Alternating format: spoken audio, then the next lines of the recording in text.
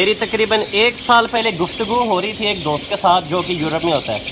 उसने मुझे कहा कि उसने एक आर्टिकल लिखा है कि लव बर्ड्स के अंदर मुख्तलिफ कलर के परिंदों को एक ही पिंजरे में छोड़ने की आदत डालें। क्यों?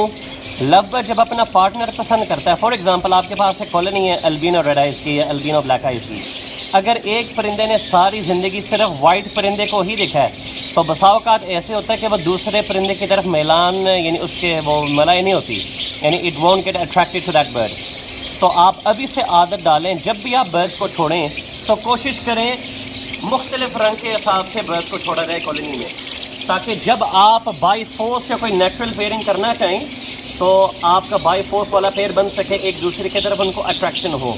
तो मैंने कहा मैं आप भाइयों से भी ये बात शेयर करूँ।